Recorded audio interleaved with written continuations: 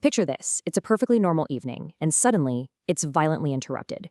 Not just once, but twice, in the span of less than a single minute. Well, on June 24, 2026, that terrifying scenario actually became a reality for the northern coast of Venezuela. We're looking at an unprecedented, back-to-back seismic event that brought widespread devastation to the region and literally left the international community rushing to respond. So in this explainer, we're going to use data from the U.S. Geological Survey and on-the-ground reports to break down exactly what happened, why it happened, and the immense toll it's taken on the country. Let's get into it. Here's how we're breaking this down today. First, the doublet seismic anomaly. Then, we'll look at the anatomy of the earthquakes, the casualties and human impact, infrastructure under rubble, and finally, the domestic and global response. Section 1. The doublet seismic anomaly. 2 major quakes, 1 minute. Okay, let's dive right into this. To really wrap our heads around the severity of this disaster, we first have to understand what we're actually dealing with, seismologically. According to the U.S. Geological Survey, what struck Venezuela is classified as a doublet sequence. Now, what does that mean? It's basically 2 incredibly powerful tremors hitting the exact same general area in really rapid succession. In this specific case, both of these catastrophic ruptures were centered roughly 14 miles southeast of Umare, which is a town near the northern coast. This wasn't your typical earthquake followed a few hours later by a smaller aftershock. No, this was a dual strike that effectively gave the region zero time to brace itself. Let's put this into perspective with the timeline, because this is where the true terror of a doublet sequence becomes apparent. At precisely 6:04 p.m. local time, the first rupture, the foreshock, hit with a massive magnitude of 7.2. Now, if the event ended right there, it would absolutely already be considered a major natural disaster. But check out that second timestamp. Just 39 seconds later, at 6:04 and 39 seconds, the main shock hit. We're talking about a mere 39-second gap between a 7.2 magnitude quake and an even stronger 7.5 magnitude quake. For the people on the ground, the earth literally did not even stop shaking before the second, more violent wave tore through the region.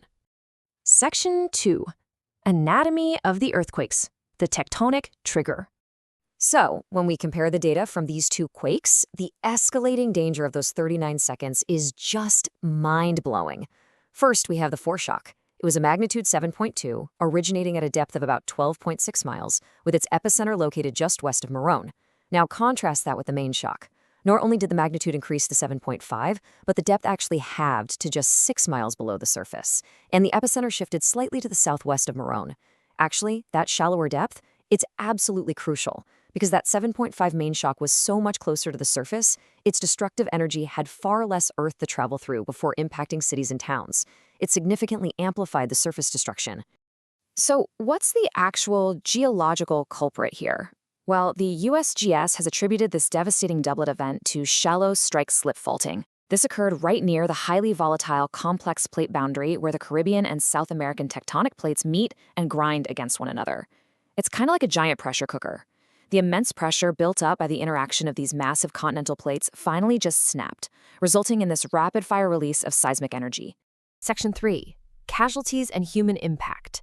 The human toll. 164. That is the stark number of fatalities confirmed by acting Venezuelan President Delcy Rodriguez right in the immediate aftermath. And alongside those 164 lives lost, nearly 1,000 others were reported injured across the region. Tragically, officials have explicitly warned that they expect this death toll to rise as rescue efforts continue to comb through the wreckage. I mean, the sheer scale of a 7.5 magnitude quake occurring just 6 miles deep near populated areas makes this high toll a grim, but unfortunately expected reality of this kind of disaster. Let's break down exactly where this concentrated loss of life and structural failure occurred based on the initial reports. In the capital city of Caracas, the Baruta district saw at least 3 people die following the complete collapse of 2 buildings. Right nearby in the Chicagua district, 1 death was reported as 4 buildings came completely down. Moving away from the capital, the state of Fulcan reported 22 injuries and gravely, 15 people are still listed as missing. These localized numbers really give us a snapshot of the widespread chaos that was unfolding across multiple districts and states. Section 4. Infrastructure under rubble. A paralyzed region. The structural devastation across Venezuela's northern coast is just staggering. In the area of La Guaira alone, reports indicate dozens of buildings have collapsed, making it one of the absolute worst affected areas.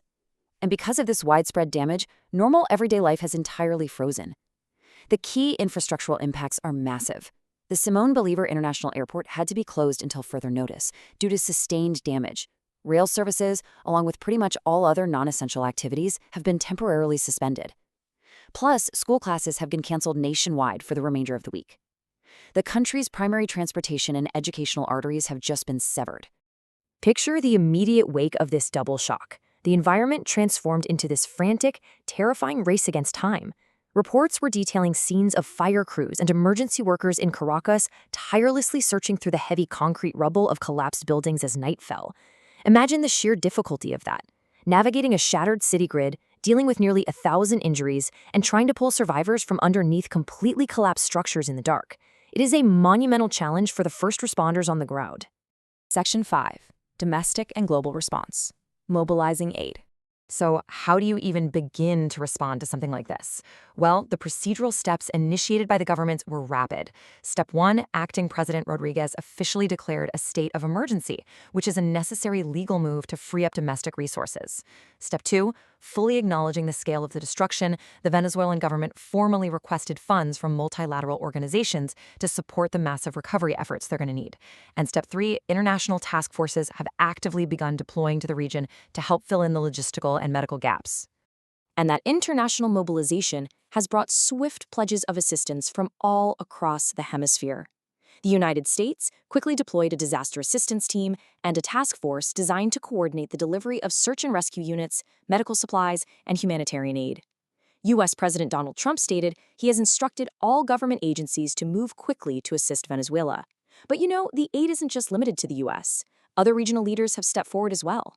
The presidents of Brazil, El Salvador, and the Dominican Republic have all officially offered their nation's support and condolences to assist the Venezuelan people during this intense crisis. But here's the thing. As the world rushes in to help, a lingering, genuinely terrifying threat remains. The USGS has issued a stark warning that following an initial doublet sequence of this immense power, strong aftershocks are highly, highly likely to follow. And this brings us to a crucial, provocative question I want to leave you with. With an infrastructure already shattered, dozens of buildings destroyed, and rescue workers currently navigating unstable rubble, how will this paralyzed region endure the seismic shocks that are still to come in the days ahead? The road to recovery for Venezuela's northern coast is going to be incredibly long and fraught with ongoing danger. Thank you so much for joining me for this explainer to unpack this complex and tragic event. Keep learning and stay focused.